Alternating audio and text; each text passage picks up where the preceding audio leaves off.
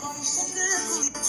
São espanhóis, são espanhóis, são espanhóis, são caracolitos, são os caracóis.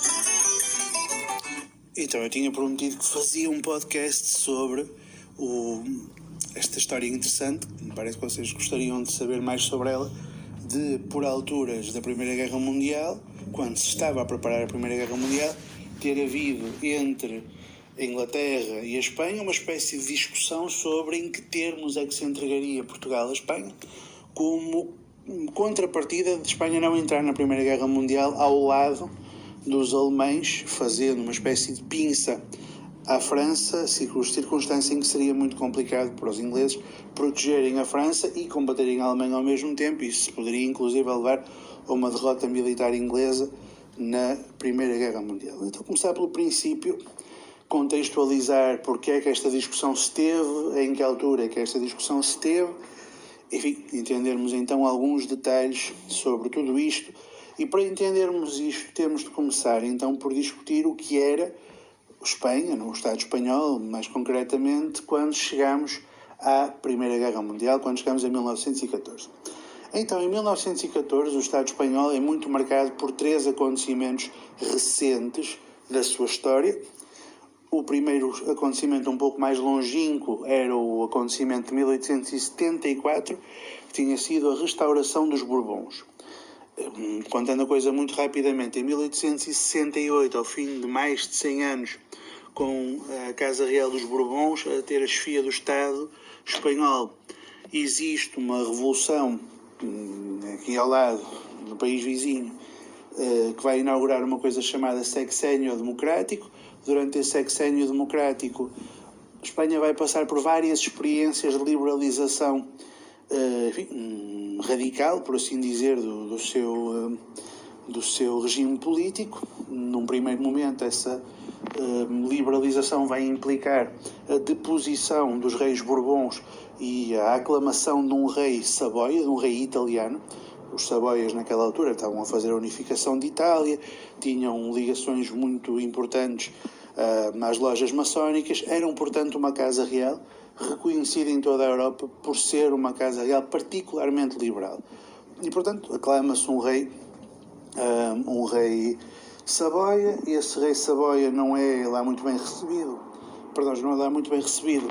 pela população espanhola, acaba por ser deposto e acaba por se ter, inclusive, uma experiência breve, é certo, mas uma experiência de republicanismo na Espanha dos finais dos anos 60 e inícios dos anos 70. Toda essa época é muito convulsa e acaba em 1874 com uma resposta conservadora ao Sexénio Democrático. A resposta é o regresso dos Borbões ao poder em Espanha. Naturalmente continuará a existir uma monarquia constitucional, mas a chefia do Estado deixa de ser eleita, como no caso da República, e deixa de ser um rei de uma casa real conhecida pelo seu liberalismo, volta a ser uma chefia de Estado exercida pelos Borbões, que eram, nessa altura, a casa real tradicional de Espanha. E os Borbões, quando regressam em 1874, inauguram uma prática política que alguns dirão que ainda hoje existe de certa forma, que é a de existir certamente uma diferença entre a chefia do Estado, a chefia do Governo, o Parlamento, os tribunais, a tripartição de poderes típica de uma monarquia constitucional, e depois uma prática em que os reis se permitem aquilo que em espanhol se chama borbonear, literalmente o rei, de vez em quando, ter a veleidade de se intrometer na política, de dizer o que é que acha que os governos deveriam fazer, tentar empurrar as instituições do Estado para fazer tal ou tal coisa, porque ele acha que as instituições do Estado devem fazer. Essa pretensão de borbonear, essa pretensão de interferir na política, apesar de se ser só o rei, de se ser só o chefe de Estado, de não ser membro de nenhum governo, nem de nenhum órgão com poder real para governar, vai ser muito comum em Espanha e vai ser sobretudo muito comum no tempo de um rei espanhol em concreto, que é o rei Afonso XIII, de que falaremos imenso neste podcast. Portanto, este é o primeiro acontecimento importante, 1874, a restauração borbónica. Segundo acontecimento importante da história de Espanha, desta altura, é em 1898 a derrota espanhola na Guerra Hispano-Americana. Em 1898 há uma guerra entre os Estados Unidos e Espanha, pela posse de uma série de colónias que pertenciam à Espanha até essa altura, quer no Pacífico, quer nas Caraíbas, Espanha é derrotada em toda a linha nessa guerra, perde Cuba, perde Porto Rico, perde Guam, perde as Filipinas. Todas essas antigas colónias espanholas são abarbatadas pelos Estados Unidos, passam a ser colónias dos Estados Unidos. Isto é, um acontecimento extremamente traumático para os espanhóis, porque a última coisa que ainda sobrava do velho Império Espanhol das Américas, que a determinada altura começava na Califórnia e acabava na Patagónia, incluía, enfim, todos os países hispanofalantes que os possam ocorrer, todos eles já tinham ido à vida no início do século XIX com as independências das Américas, e o que sobrava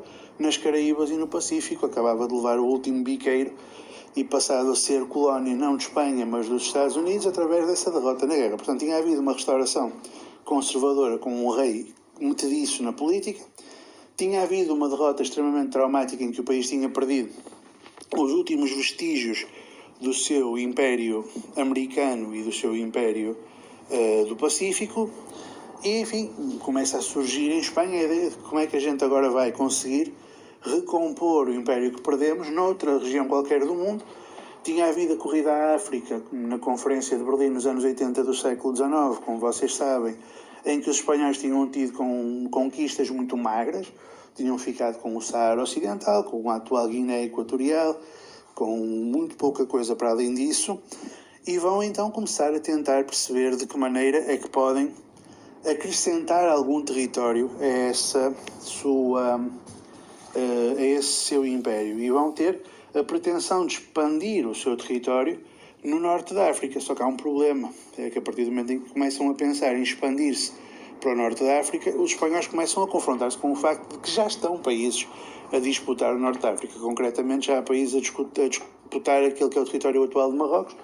A França já lá estava, a Alemanha tinha pretensões também a lá estar, e portanto ficava difícil os espanhóis expandirem o seu território até terem um império colonial com a categoria e com a dimensão que eles achavam que, do ponto de vista histórico, tinham o direito de ter. Portanto, estavam ali numa situação bastante complicada, com um território colonial que tinham perdido e que não estavam propriamente em condições de recuperar um território colonial de igual dimensão em curto espaço de tempo. E, portanto, este é um dos lados daquilo que acontece à Espanha nos finais do século XIX, nos últimos 25 anos do século XIX. Contudo, uma das consequências para o mundo da guerra hispano-americana, e também uma das consequências para o mundo da disputa que Espanha vai ter com a França e com a Alemanha pelo norte da África, são demonstrações de duas coisas. Por um lado, lembro-vos que os Estados Unidos, quando vencem Espanha e conquistam, se vocês visualizarem o mapa mundi, conquistam Cuba, que é relativamente próxima dos Estados Unidos, conquistam Porto Rico, que também é relativamente próximo dos Estados Unidos, mas se vocês forem ver no mapa onde é que ficam as Filipinas não são exatamente ao lado dos Estados Unidos, são bastante distantes dos Estados Unidos, são já na Ásia, e portanto é curioso pensarmos como é que os Estados Unidos conseguem chegar às Filipinas, desembarcar tropas nas Filipinas, derrotar os espanhóis, conquistar aquele território e mantê-lo como colónia até 1946. Isso é demonstrativo de uma coisa que é importante para o que vamos falar a seguir. É demonstrativo de que os Estados Unidos têm uma capacidade de combate naval muito grande e transporte de tropas por via naval, na altura ainda não havia transporte aéreo de tropas, muito grande e, portanto, muito ameaçadora para aquela que até então tinha sido a potência quase hegemónica na guerra naval, que era a Inglaterra. A Inglaterra percebe nessa altura, o mundo percebe nessa altura, que de facto não é só a Inglaterra que tem uma armada muito poderosa. Os Estados Unidos também têm uma armada que muito provavelmente ombreia com a da Inglaterra em termos de força. E não só. Ao mesmo tempo, começa também a insinuar-se na Europa, em finais do século XIX, um país que começa a querer disputar com a Inglaterra o primeiro lugar enquanto potência capitalista mundial. E esse país é a Alemanha. A Alemanha tinha feito um trajeto, não interessa detalhá-lo aqui, de unificação primeiro económica, depois aduaneira, depois monetária, depois política, num processo que lembra muito o processo da União Europeia, mas não vamos tirar demasiadas conclusões porque não vêm ao caso. E depois de ter feito todas estas unificações, estava a ter um desenvolvimento industrial extremamente impetuoso, estava a ter uma corrida aos espaços coloniais também ela extremamente impetuosa, e estava a perceber com muita clareza, coisa que não era assim difícil de compreender, que para expandir o seu território colonial, para expandir a sua produção industrial até ao ponto onde queria chegar, mais cedo ou mais tarde os seus interesses, os interesses da Inglaterra iam colidir, eles iam ter de se envolver num conflito militar com a Inglaterra, eles iam ter de derrotar militarmente a Inglaterra. E, portanto, enfim, leitores como eram, ao contrário de muita gente que para aí anda, do Príncipe de Maquiavel, hoje em dia muita gente lê mais o Príncipezinho do que o Príncipe, naquela altura, para se fazer política sabia que era preciso ler o Príncipe e que era dispensável ler coisas à lá Príncipezinho, que não tinha sido escrito ainda. Eles percebiam uma regra elementar do pensamento do Maquiavel, que é os conflitos. Quem havia um conflito está a colocar-se numa posição mais fraca, numa posição mais debilitada para quando chegar a hora de fazer esse conflito. Portanto, os conflitos são uma coisa que se deve trabalhar o mais depressa possível para se despachar o assunto e para se tentar obter rapidamente uma vitória sobre os inimigos. A Alemanha estava claramente nessa posição em relação à Inglaterra e começa, portanto, a pressionar no sentido de se fazer uma guerra entre a Inglaterra e a Alemanha. E ao tentar fazer essa pressão para que haja uma guerra entre estes dois países, vai começar a pôr a começar a pôr muito em andamento o xadrez político da Europa e do mundo. Porque todos os países ali à volta vão começar a posicionar-se para tentarem perceber, estamos num conflito óbvio que vai acontecer, entre a Inglaterra e a Alemanha, estamos com a Alemanha ou estamos com a Inglaterra. Bom, nesse conflito começa-se a perceber que a Inglaterra tem um aliado bastante claro, que é a França. A França tinha sido em 1871 trucidada pela Alemanha na Guerra Franco-Prussiana, tinha sido submetida a uma derrota absolutamente humilhante nessa guerra, tinha perdido a Alsácia-Lorena nessa altura, tinha visto o rei da Prússia coroar-se imperador da Alemanha no Palácio de Versalhes. A coisa não podia ter sido mais humilhante. Não por acaso, depois, quando a França e a Inglaterra ganharem a Primeira Guerra Mundial, é também no Palácio de Versalhes como obrigar a Alemanha a assinar uma paz humilhante também ela, em consequência dessa guerra, mas não vamos chegar a esse momento, é só para se perceber que cá se fazem, cá se pagam em história. E portanto, a França, sendo um aliado da Inglaterra, olhem para o mapa da Europa, pensem como alemães. Qual era o grande interesse dos alemães naquele momento? Era conseguirem um aliado que fizesse a pinça, como eu estava a dizer há pouco, que obrigasse a França a ficar numa posição de debilidade, e esse aliado seria, idealmente, a Espanha. Os ingleses percebem tarde que este problema existe, porque os ingleses, assim que a Espanha perde a guerra hispano-americana, vão imediatamente obrigar os espanhóis, percebendo que eles estão debilitados porque tinham perdido essa guerra, a recuar com fortificações que eles tinham junto do Rochedo de Gibraltar, vão obrigá-los a demolir essas fortificações, mas mais tarde vão perceber que, ao terem dado esse ultimato, que é um ultimato muito parecido com aqueles que tinham dado aos portugueses no mapa cor-de-rosa, isso foi uma política inglesa nos anos 80, 90 do século XIX, a política dos ultimatos, de obrigar países que eles sabiam que estavam em posição de fragilidade a fazer coisas que estes países não aceitariam em nenhuma outra circunstância, como uma espécie de manifestação inglesa de que nós ainda mandamos no mundo, porque já estavam a começar a perceber que a Alemanha em ascensão, os Estados Unidos em ascensão iam colocar o seu monopólio em causa, então eles começam a ter estes comportamentos de tentar exibir o seu poder de uma forma um bocado gratuita e até arruaceira. Mas enfim, quando dão esse ultimato aos espanhóis para demolirem as fortificações perto do Rochedo de Gibraltar, depois entendem que nós não estamos a tomar uma decisão lá muito sensata, porque nós estamos a criar germanofilia dentro da sociedade espanhola e muito concretamente dentro da oficialagem do exército espanhol. Isto não é uma coisa lá muito inteligente que tínhamos feito. Nós temos de tomar uma medida qualquer, depois desta borrada, desculpem lá a expressão que fizemos, temos de tomar uma medida qualquer que recupere os espanhóis, que os traga de volta para a esfera de influência de Inglaterra, que os faça compreender que é útil para eles serem aliados da Inglaterra e não serem aliados da Alemanha. E o que é que isso poderia ser? O que é que poderia fazer com que os espanhóis voltassem para a esfera de influência inglesa e deixassem a esfera de influência alemã? Já estão a perceber, já estão a antever o que será. Estamos em 1899, uns anos mais tarde, 9 anos depois, os portugueses valentes vão abater a tiro o rei Dom Carlos e o príncipe herdeiro, o príncipe Luís Filipe. 2 anos depois, em 1910, vão tomar o poder e fazer a implantação da República. E quando se faz a implantação da República, há um conjunto de monárquicos que se refugiam em Espanha e que começam, a partir de Espanha, a fazer uma série de incursões militares em Portugal. São as incursões militares do Paiva Couceiro, não é? Como se sabe, não é? De 1911, 1912, que vão ser derrotadas pela República.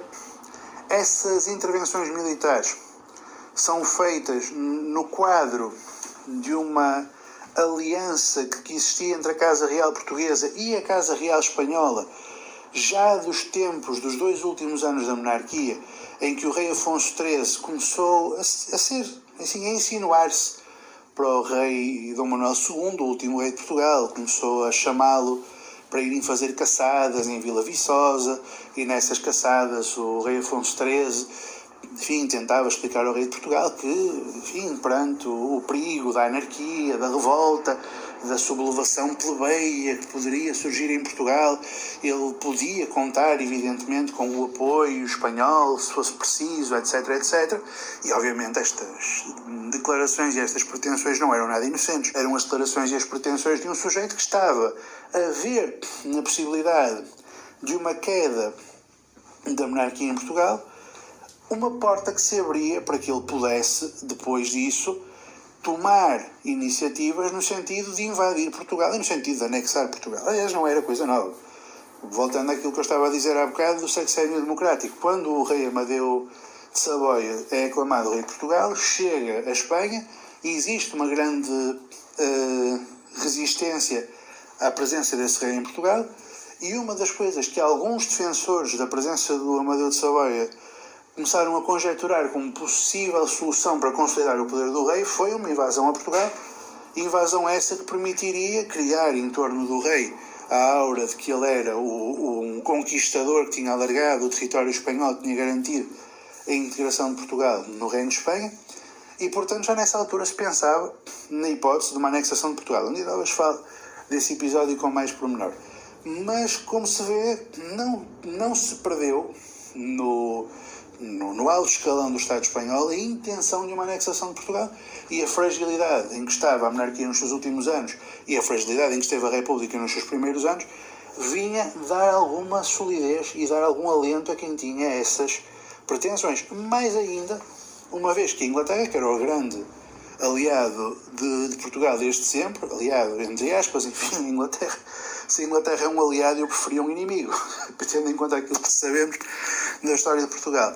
Mas a Inglaterra, quando nós implantamos a República, tem um comportamento para connosco que é claramente um comportamento de quem pretende que a República comece logo, desde o primeiro dia, a ser humilhada pelos ingleses. A Inglaterra vai, por exemplo, impor aos governos republicanos, logo aos governos provisórios da República, ao governo do Teófilo Braga, que separe do ponto de vista jurídico, uma coisa que eu não entendo lá muito bem como é que se pode separar, mas que se exigiu que fosse separada, que era distinguir os bens da Casa Real Portuguesa, bens esses que deveriam permanecer na posse do rei de Portugal e dos seus descendentes, dos bens da coroa, o que quer que seja. Bem, se vocês me conseguirem explicar a diferença entre bens da Casa Real Portuguesa e bens da coroa portuguesa, vocês são muito mais inteligentes do que eu não consigo entender, mas foi imposta esta separação. E foi imposto que os bens da Casa Real Portuguesa continuassem a entregar os seus rendimentos, a entregar as suas rendas, a entregar os seus lucros à Casa Real Portuguesa exilada em Londres. Ao mesmo tempo, há um conjunto de setores da diplomacia britânica que começam vendo que está a haver uma ascensão da Alemanha, vendo que está a haver um risco real de uma guerra entre a Alemanha e a Inglaterra, a pensar como é que nós conseguimos apaziguar a Inglaterra. Aquela coisa que nós ouviremos falar mais tarde, por alturas da Segunda Guerra Mundial, da política do apaziguamento do Neville Chamberlain, em que se vai tentar não entrar num conflito com a Alemanha, mas sobretudo apaziguar a Alemanha para evitar a guerra. Isso não nasceu com o Neville Chamberlain, isso já existia 40 anos antes, em finais do século XIX e nos anos iniciais do século XX, sobretudo na década de 10 do século XX, quando os ingleses começarem a dizer: vem aí uma guerra com a Alemanha, será que nos interessa mais travar essa guerra com a Alemanha, ou será que nos interessa mais perceber como é que apaziguamos a Alemanha? E uma das coisas que foi pensada naquela altura como forma de apaziguar a Alemanha foi dizer aos alemães, enviar um diplomata que dissesse, com mais ou com menos polidez, com mais ou com menos subtileza: olha, nós temos aí um aliado chamado Portugal, que tem umas colónias em África, que tem umas colónias na Ásia, tem uma colónia chamada Timor, tem uma colónia chamada Moçambique, tem uma colónia chamada Angola, e se vocês quiserem ficar com essas colónias, nós não vamos propriamente fazer nada para vos impedir. De onde? Se calhar fazemos este acordo, vocês anexam as colónias portuguesas, ficam com Angola, ficam com Moçambique, levem o que vocês entenderem. Nós não vamos mover um músculo para proteger essas colónias, vocês sabem tão bem como nós. Portugal não tem quaisquer condições para proteger sozinho as suas próprias colónias, de maneira que façam o que bem entenderem, tomem conta daquilo, mas não nos chateiem a nós. Isto chegou a estar em cima da mesa, chegou a ser discutido ao nível do governo britânico, não chegou depois a ser concretizado por motivos que já veremos. Já agora, ao mesmo tempo, havia uma situação também curiosa, porque os ingleses começaram também a testar a ideia de se apossarem de São Tomé, da colónia de São Tomé, onde Portugal tinha forçados africanos, eram trabalhadores que vinham de Angola forçados, enfim, eram literalmente escravizados como 200 ou 300 anos antes. Eram capturados em Angola, levados à força para trabalhar nas roças de cacau de São Tomé, e a Inglaterra, enfim, alegando com grande lata caridade e humanismo para com estes forçados africanos, que eram, evidentemente, maltratadíssimos pelos portugueses, os ingleses pretendiam anexar São Tomé porque achavam que eles seriam melhores colonizadores do que os portugueses. Esta coisa muito interessante, estar muito preocupado com os africanos, mas não ao ponto de permitir que eles tivessem um país independente em São Tomé. Não. A questão é que potência colonial é que vos vai maltratar. Não vão ser os portugueses, que são uns brutos, vamos ser nós ingleses, que somos mais simpáticos no nosso colonizar do que os portugueses.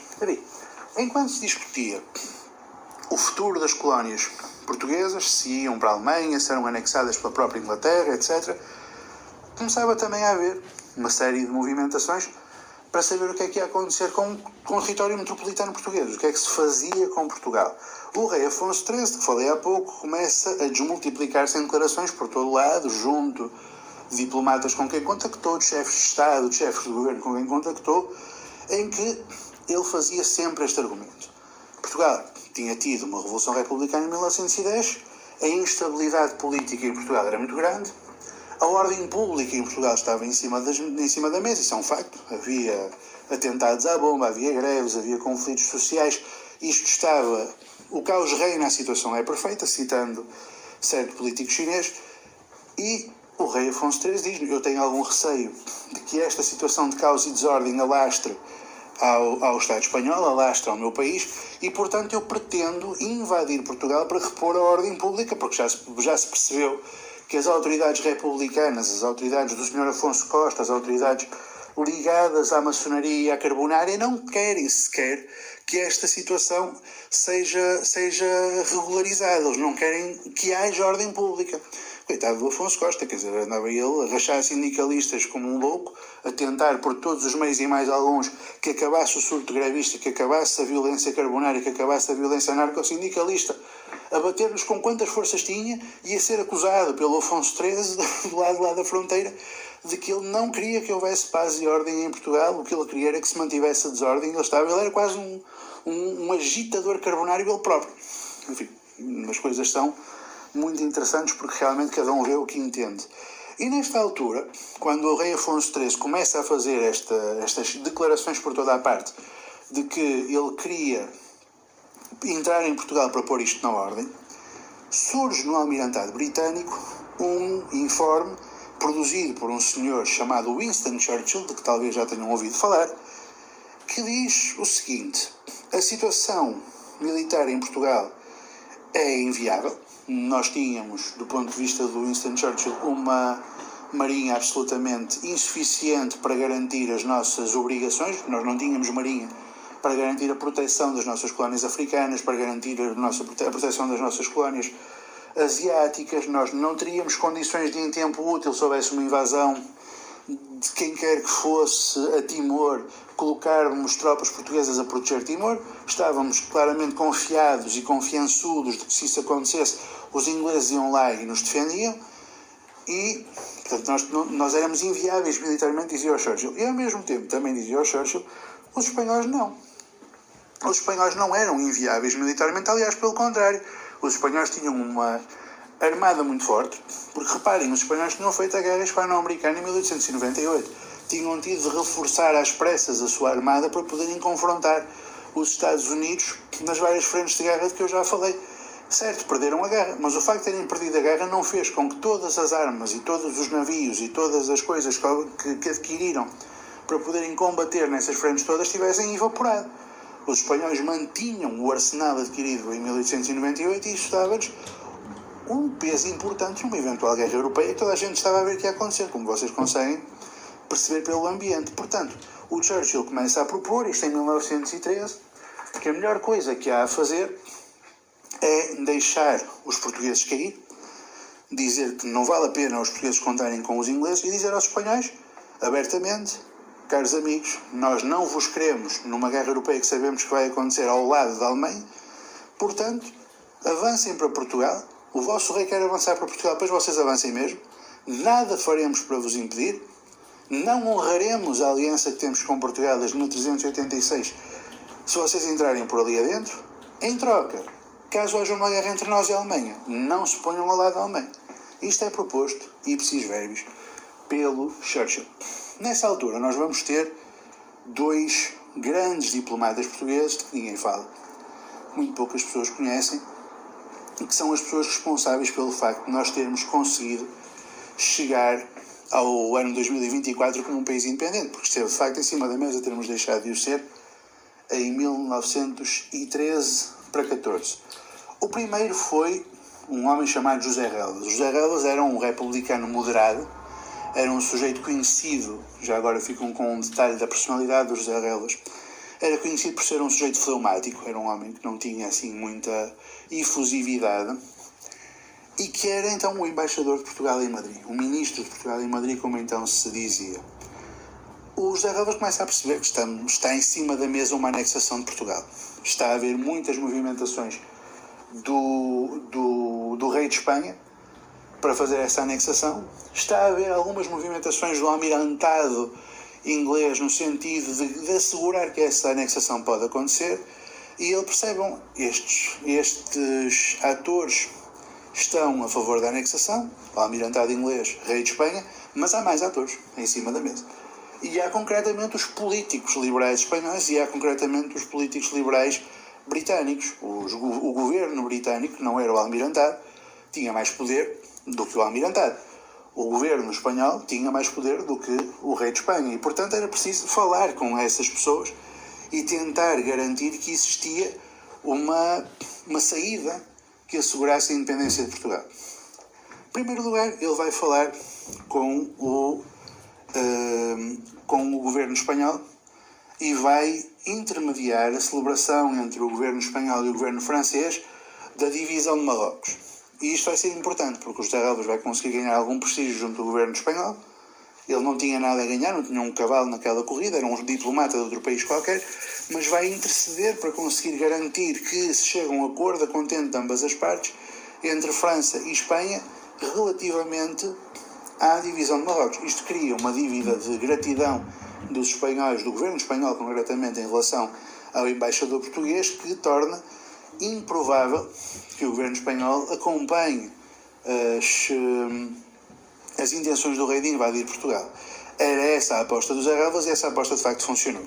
Ao mesmo tempo, os Arelvas vai começar a tentar explorar a tal germanofobia que começava a surgir em França, em Espanha e em Inglaterra, e a vontade que os espanhóis tinham nessa altura, e que os ingleses também tinham nessa altura, de serem, enfim, aproximados um do outro. A Espanha, que tinha perdido, como sabemos, a guerra hispano-americana, estava a começar agora a fazer algumas aproximações à França para conseguir territórios, mas que não estava em condições de impor o que queria a França, tinha que negociar.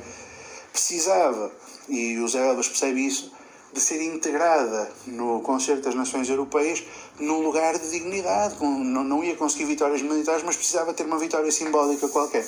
E o que é proposto pelos Elvas? Que a Espanha fosse integrada numa espécie de aliança quadrilateral entre Portugal, Inglaterra, Espanha e França, os quatro como se fossem uma espécie de um bloco, como se fossem, não, sendo um bloco anti-germânico.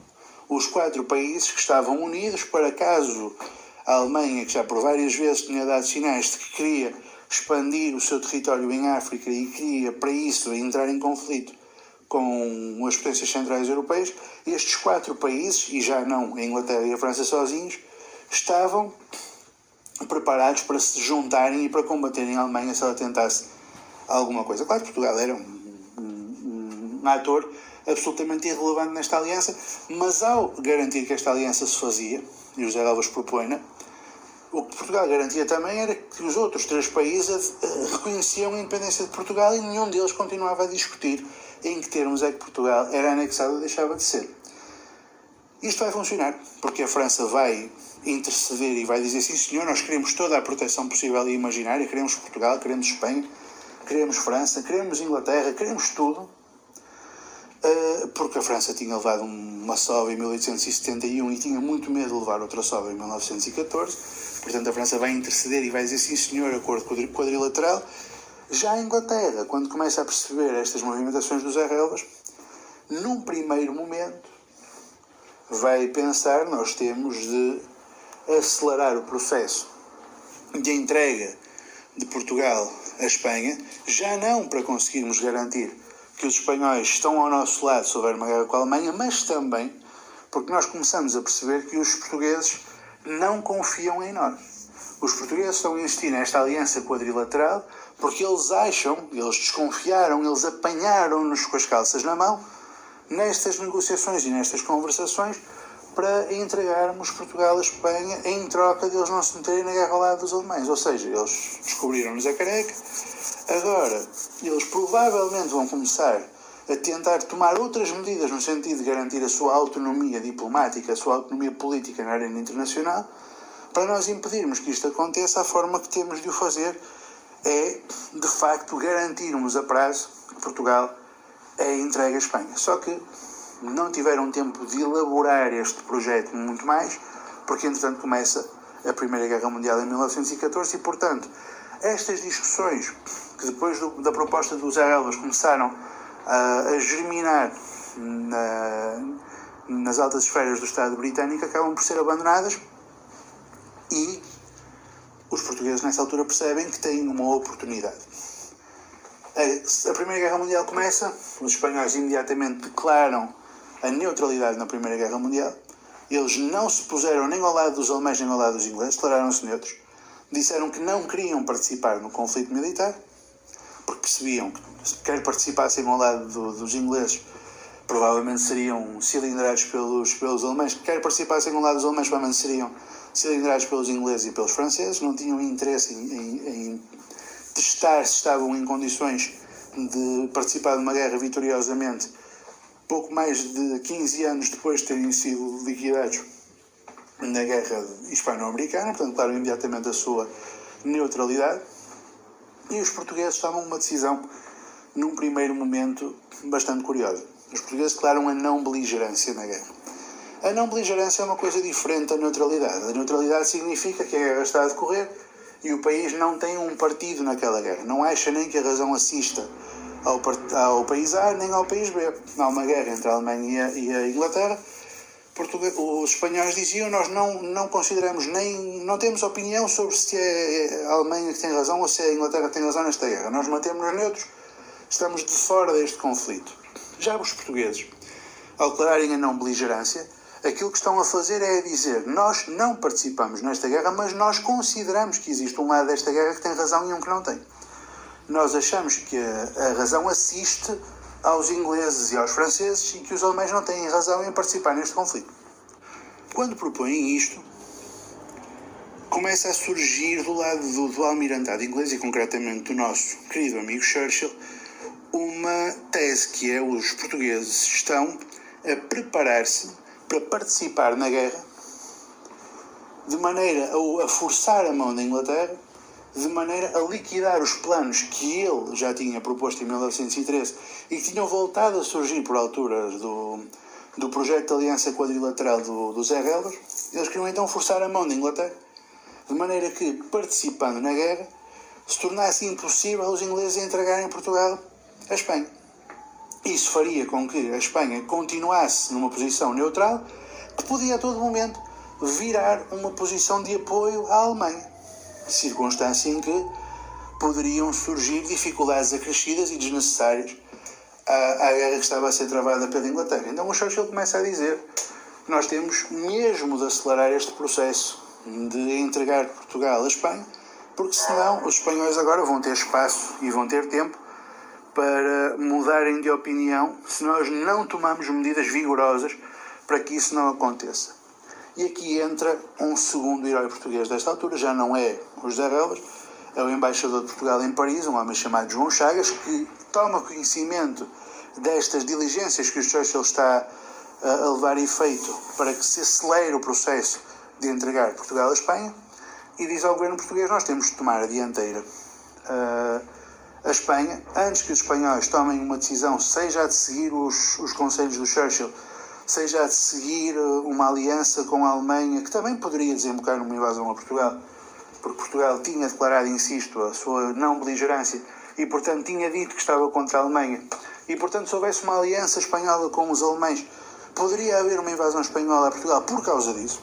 Então ele diz: é preciso tomar a dianteira. Tomar a dianteira é: nós temos de rapidamente mandar tropas, não apenas para a África defender as nossas colónias, coisa que já estava a começar a acontecer, porque já estava a começar a haver conflitos entre Portugal e a Alemanha nas fronteiras de Angola com a Tanzânia, de Angola com a Namíbia, perdão, e de Moçambique com a Tanzânia. Mas também temos de mandar tropas para a Norte da Europa, porque se nós mandarmos tropas para a Norte da Europa, as nossas tropas vão estar a bater-se ombro a ombro, lado a lado, com soldados ingleses e com soldados franceses. Não vai ser possível, numa situação dessas, que os ingleses, ao mesmo tempo que têm soldados portugueses a combater ombro a ombro com soldados próprios, digam aos espanhóis: agora invadam Portugal, nós não vamos fazer nada, eles vão ter que fazer alguma coisa numa situação desta natureza. Os ingleses, quando começam a perceber que Portugal está a forçar para mandar tropas para o Norte da Europa, começam a dizer que não. E começam a dizer que não com bons argumentos, porque realmente o exército português era muito fraco, o exército português não tinha qualquer experiência de combate no Norte da Europa, o exército português não tinha equipamentos, e quando falo de equipamentos estou a falar de fardas, estou a falar de botas, estou a falar de rações de combate para poder combater no Norte da Europa, não estava minimamente preparado para isso. E, portanto, os ingleses disseram: vocês se mandarem tropas para aqui, vocês vão nos estrovar, vocês não vão ajudar absolutamente ninguém, pelo contrário, vocês vão criar problemas, em vez de solucionarem problemas.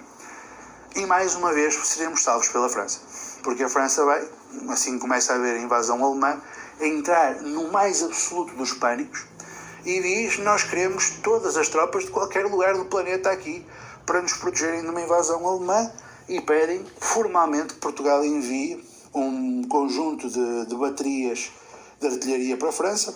36 baterias de artilharia, ficam com este detalhe. Em 1916 são-nos requisitadas expressamente aos franceses 36 baterias de artilharia, e nessa altura os portugueses ainda conseguem empurrar mais e dizem: não, nós queremos mandar não apenas 36 baterias de artilharia, mas também queremos mandar 18 mil soldados para combater. Os franceses, com certeza, tragam toda a gente para aqui. Os ingleses não conseguem impedir este acordo de se celebrar e, portanto, a participação de Portugal na Primeira Guerra Mundial, que foi desastrosa, é um facto. Tivemos derrotas calamitosas, gastámos imenso dinheiro, perdemos muitos soldados, perdemos muitas vidas humanas para defender um território que não era nosso. E isso vai ser extremamente... Enfim, isso vai ser uma das coisas que depois explicará o fim da República, que explicará a ditadura e que explicará muito do nosso século XX. Mas a verdade é que é precisamente porque se participa na Primeira Guerra Mundial que se vai conseguir que desapareçam do horizonte todos os planos de anexação de Portugal por Espanha, todos os planos de entrega de Portugal à Espanha como um presente que existiram nos finais do século XIX e inícios do século XX.